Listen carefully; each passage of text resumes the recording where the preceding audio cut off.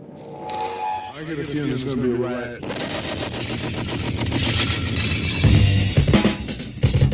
I don't read the newspapers because they all have ugly print.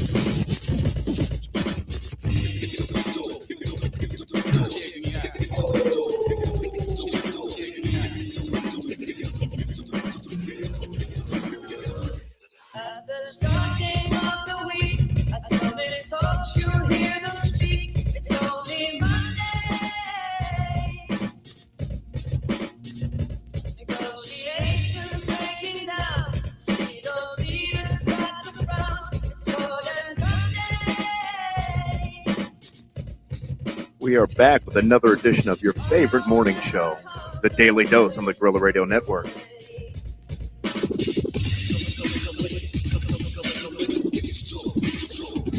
You'll be sitting, taking lunch. The news will hit you like a punch. It's only Tuesday. What's happening? Ask your doctor if the Daily Dose is right for you. Common side effects include sarcasm, informed opinions, and wondering how the hell these people got elected. The Daily Dose starts now. What's happening?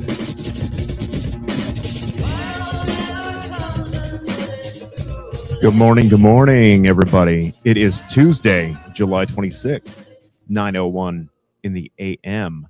How's everyone doing out there today? Hopefully you're doing well. I apologize yesterday. I did not do a show. Unfortunately, I was unable to because of my work schedule. So I know you were all anxiously awaiting to hear it, but unfortunately, duty calls sometimes, and it absolutely called me yesterday. So with that being said, we are back and we're better than ever. Today is going to be our first show of the week, starting on Tuesday, and we'll be here for the rest of the week, all the way through until Friday, as we normally do, regularly scheduled broadcasts. We've got some stuff lined up for you today. We've got sporting news. Oh, it's a rough one for Tampa Bay. If you're a Tampa Bay Buccaneers fan, you're not going to like what I have to tell you. We've got shootings going on in Seattle. We've got former quarterbacks of the NFL arrested. We've got a massive earthquake again in Japan. And then, as we always do, we have our local weather that comes to you from the beautiful town of Palm Harbor, Florida. So without further delay, let's go ahead and get into this. And then later on the show, I'm going to have another segment that I'm introducing as of today, and I'm going to keep it a little surprise until it happens. Check out the weather report. If you live in Palm Harbor, this applies to you, but if you don't, bug off for a little while. After a lackluster June rainfall-wise, look, this is how you like it. Pretty solid July so far, as we're actually above normal rainfall-wise and continuing to add to those totals over the next few days until we finish off the month. However, we are still technically well below normal for the year, maybe 6-7 inches in some spots. So we still have to get rid of this drought. Remember a couple of months ago when we talked about the rainy season and we said it's going to take months to alleviate this drought. This is exactly what we're talking about. You don't want to try to fix it all in one day. That would be another whole problem in itself. So this soaking that we've been getting over the past month or so is starting to help. Got to tell you, Citrus County, you guys have had way too much rain though. Over the past 24 hours, Citrus County's seen between 3 and 6 inches of rain, and then more heavy rain again this morning, and it looks like it's just all raining itself out on top of you. You're almost done, Dunellen. You're almost done in the Inglis area, but still some pretty solid rain from Crystal River to Homosassa Springs, over to the Inverness area, down to Floral City. A very wet morning for Citrus County, as well as Hernando County, because they're getting some rain as well, and then down into parts of Pasco County. So a lot of that's beginning to fall apart, but overall, you're going to see this just kind of expand in general throughout the day. You see some showers already expanding to the south here. We've had some rain in interior portions of Manatee County.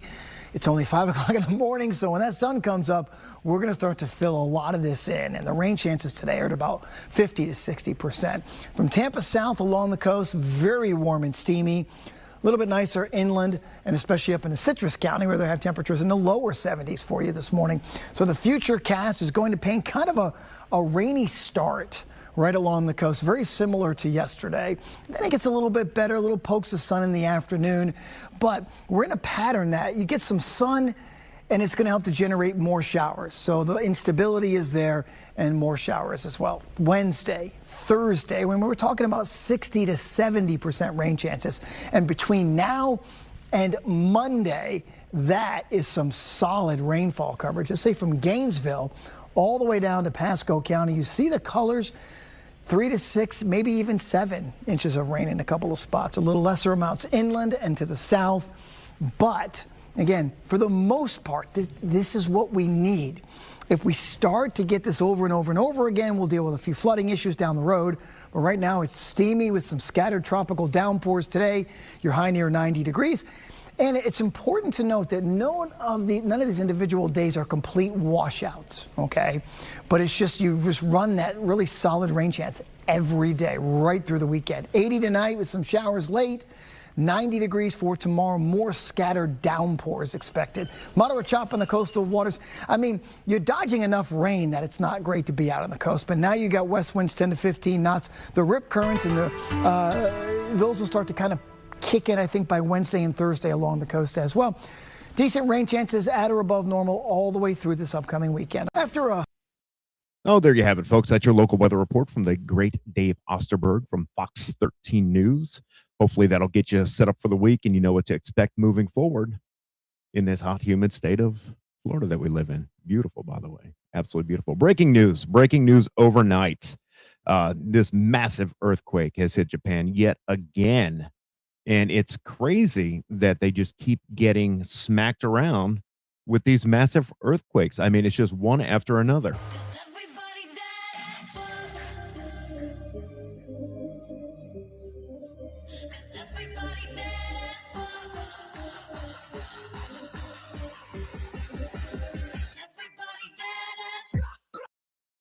I think this is 2 massive earthquakes that they've had over the course of the last couple of months. I remember reporting on one of these maybe last month. And it was another massive 7.2, I believe it was, on the Richter scale. That, not to be confused with Andy Richter, who was a co-host on the Conan O'Brien show back in the old days.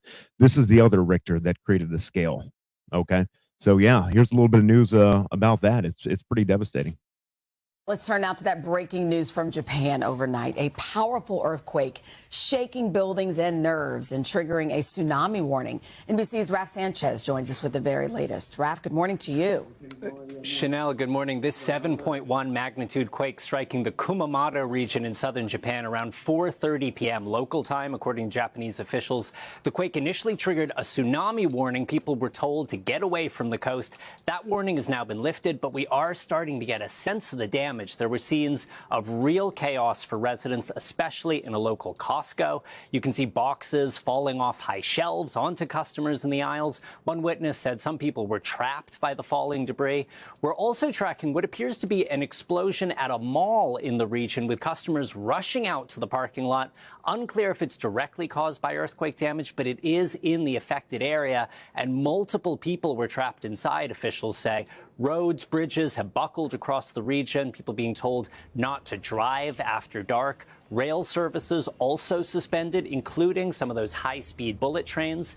And the walls of a 16th century castle that's popular with tourists partially crumbling because of the tremors. Authorities say around 50,000 homes have lost power. The race is on now to restore electricity. And a local hospital tells NBC News it's treating several dozen people for injuries. This, unfortunately, is a region with a lot of experience in this. 10 years ago, a massive quake there killed 275 people and injured thousands more. Chanel. All right, Raf. Holy crap, that's absolute insanity is what that is. You know what I mean? Again, the poor people of Japan, they're getting blasted with these earthquakes, and it's happening more and more frequently over the course of the last few months. It's unbelievable. And of course that triggers the tsunami warning. So you got to worry about the tidal waves coming in and then drowning everybody in the area after the earthquake. Did you see those people in Costco? They were out of control. I mean, everything is just falling on top of them. I think if I were in the Costco at that time and the earthquake hit, I would like to be in the toilet paper aisle. So when everything starts falling down, you know, it's just kind of like soft toilet paper hitting me. It looked like those people were getting pummeled with cans of Coca-Cola and bottles of Gatorade, which is horrible because, you know, it's not bad enough that the earth is opening up underneath it. Now you got cans of Coca-Cola hitting you. They had in cases of Gatorade. You know what I mean? That's some crazy shit going on over in Japan. So yeah, we'll keep updating you on this story as the days progress over the next few days. Hopefully there's no tremors or aftershocks, but usually there are. So, I'm sure they're in for another shock here very, very soon. So yeah, keep them in your thoughts, the people of Japan. Guess that's what happens when you live in a major fault line. You just you're susceptible to that stuff on a who knows when basis. It could happen any time of the year. Oh boy. Wow. All right. Bad news for Tampa. Bad news for Tampa.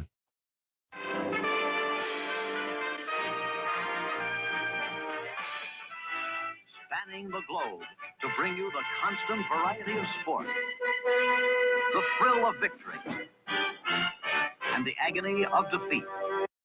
More so the agony of defeat when it comes to this story. Our star nose guard, Vita Vea, Tampa Bay Buccaneer, All-Pro, requested a trade yesterday.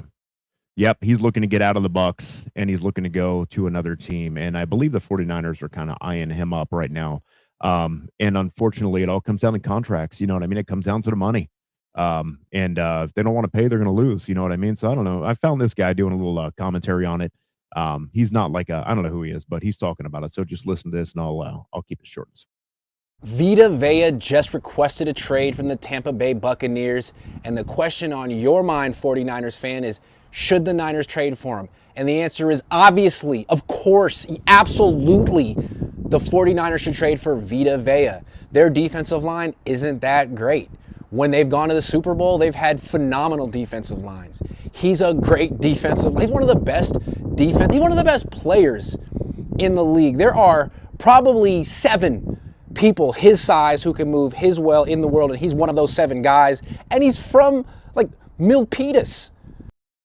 Yeah, he is a pretty exceptional player. I mean, it was a huge score when we picked him up in the first round years ago, and he didn't do much initially out of the gate, but then when he did, 3-4 games into that initial season, he just turned it up, and he's never stopped since. A little bit prone to accidents, unfortunately. He does miss some games, but if I'm not mistaken, he didn't miss one single game last season. He stayed healthy through the entire season. So, yeah, I think it's inevitable. It's probably going to happen. Everyone is reporting, all the ESPN analysts, all the sports analysts.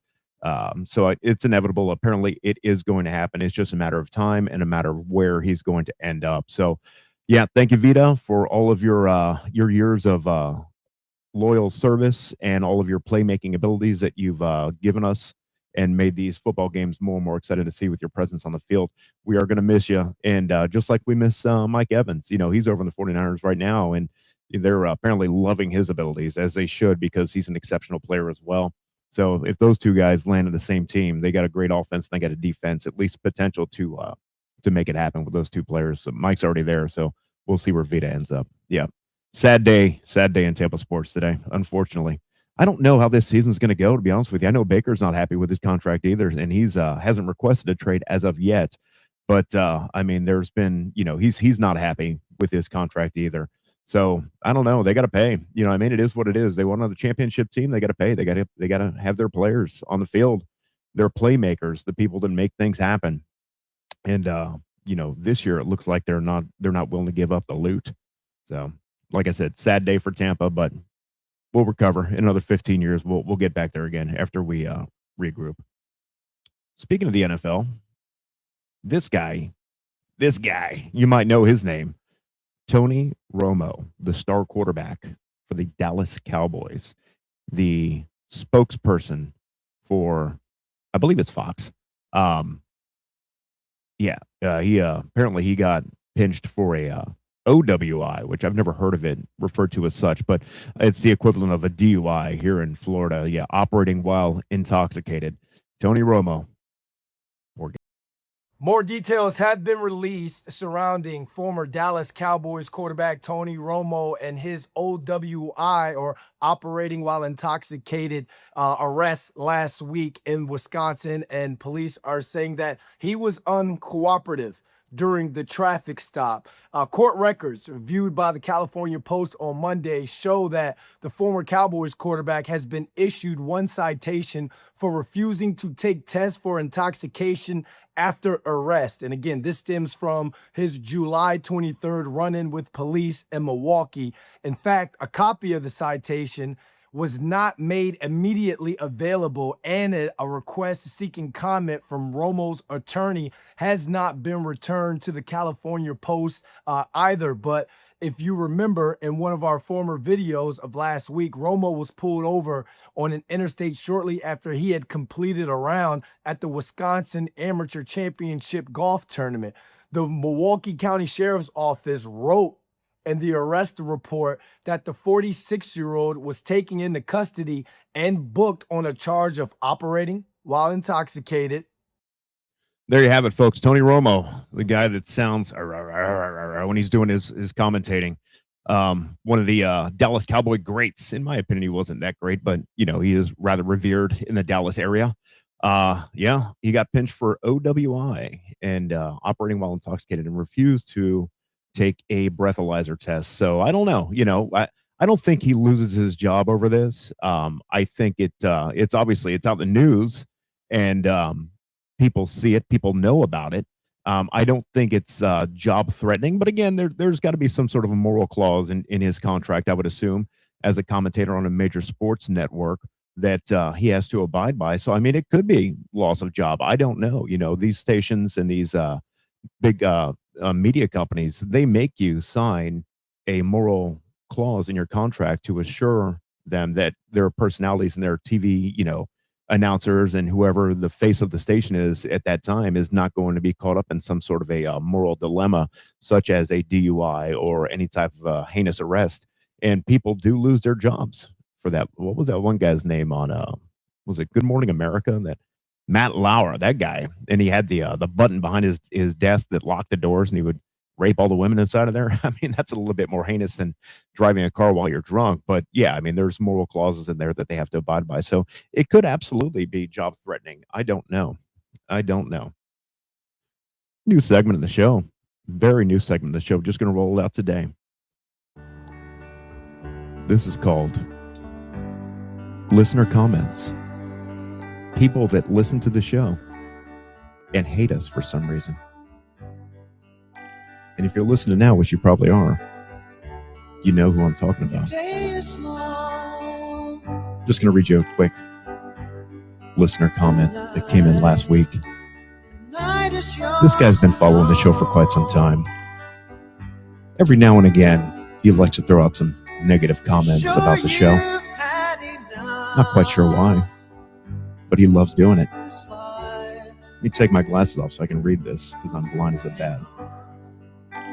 Matt Housefield. Quit, man. You have no followers. Nobody listens or likes any of your shit. And now this lame duck ass attempt at shock radio. Crying emoji. Puke face emoji. Don't delete my comments again. Any press is good press, right? Laughing emoji. Sunglass face emoji. Not quite sure why this guy hates the show so much. What I do know is that I'm sort of connected to this guy, 6 degrees of separation.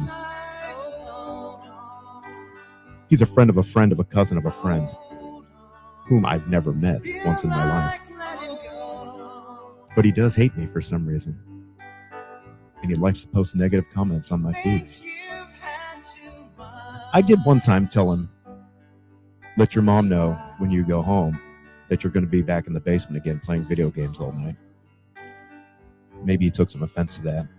It was in response to one of his previous comments. I'm sure he's listening right now. Thank you, Matt. Thank you for being a loyal listener. I can only say, I appreciate you. I appreciate the fuck out of you. That's our new segment. Moving on with the show. Oh, boy. Every day you wake up and you see something more and more disgusting in the news. More and more disgusting every day. But we're numb to the fact now that these shootings are taking place, and we can't get away from them. You know, another shooting over the weekend in Seattle, in the Sky Needle or Space Needle, whatever it's called, something needle, that big tower thing that sticks up with a point on the end of it. Shooting, bunch of people dead. It's terrible. Breaking news out of Seattle, where police are looking for a second suspect connected to a deadly shooting at a food festival there. Authorities have taken one person into custody already. The shooting happened last night near Seattle's Space Needle. At least 3 people were killed and 4 others injured. CBS News' Bradley Blackburn has been following this story for us. Bradley, good morning. What happened there? Errol, good morning. It happened just after 6 p.m. when that festival was still underway. Some of the wounded included a 39-year-old woman and a 2-year-old boy. They are in stable condition at the hospital, but this shooting has shocked the city after a festival with decades of history became the scene of horrible violence. Police officers combed the scene of a Seattle food festival overnight, searching for evidence just hours after the event near the city's iconic Space Needle became the site of a mass shooting. It was like brah, and then it was like bop, bop, bop, bop. So I don't know weapons, but I guess it was like probably a semi-automatic, and then it was probably pistols after that. The shots started just after 6 p.m. at the Bite of Seattle, a festival that draws more than 350,000 people every year, including many families. I heard the shots, I seen one person, and then I seen 2 people fall, and then there's so many people after that were being worked on. Victims were rushed to a nearby hospital, including an injured toddler.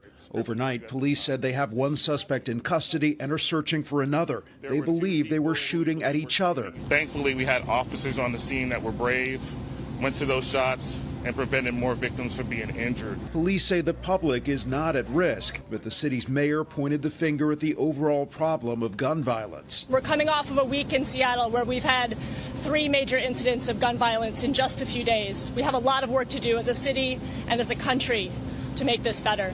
And Seattle police are now leading the investigation with help from the FBI and ATF agents at the scene. Nationwide, there have been more than 270 mass shootings so far this year, according to the Gun Violence Archive. But thankfully, the overall number of deaths is down compared to recent years, Errol. 270 mass shootings. That's nuts, man. What the fuck kind of world do we live in right now? You know what I mean? Where I just, again, you hear about it every day, and we hear about it so much that we as a society, or we as citizens of the United States, we're numb to it. It's like, oh, just another day in the office. You know what I mean? Another mass shooting. You just kind of skip through it, and you don't even pay attention to it anymore, which is not the way it's supposed to be, because it just happens so frequently now. It's just like, like a commercial comes on when you're watching a TV show. It's like you just kind of look the other way and don't pay attention to it. It's terrible. It's terrible, and it is horrible that we as a society have built up such an immunity to the shock that it doesn't even faze us anymore when we hear it. So, yeah, Seattle, sorry about your luck, Seattle. It's pretty nuts. But what are you gonna do? It is what it is. Everybody, that's it for me today. Usually I go a little bit longer, but I do have a full day in front of me, and I started the show a little late today. So with that being said, I have to end the show a little bit shorter than what I normally do. Thank you again to all the people that watch, listen, follow. Thank you to Matt for watching, listening, and following, and for your sensational comments. We look forward to your next one. Guys, follow us on all social media outlets. Guerrilla Radio Network on Facebook, Guerrilla Radio 47 on the Instagram machine. You can subscribe to our YouTube channel at OG Guerrilla Radio, and you'll get a notification sent from the internet machine right to your phone when the show starts live every day. Have a great rest of your Tuesday. I'm all fucked up for my days right now because usually I start the week on a Monday. Have a great rest of your Tuesday, and I will see you folks tomorrow morning, bright and early, regular time.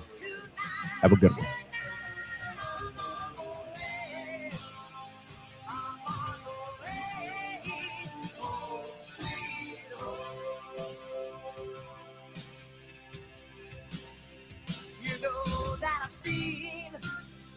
Too many romantic dreams up in lights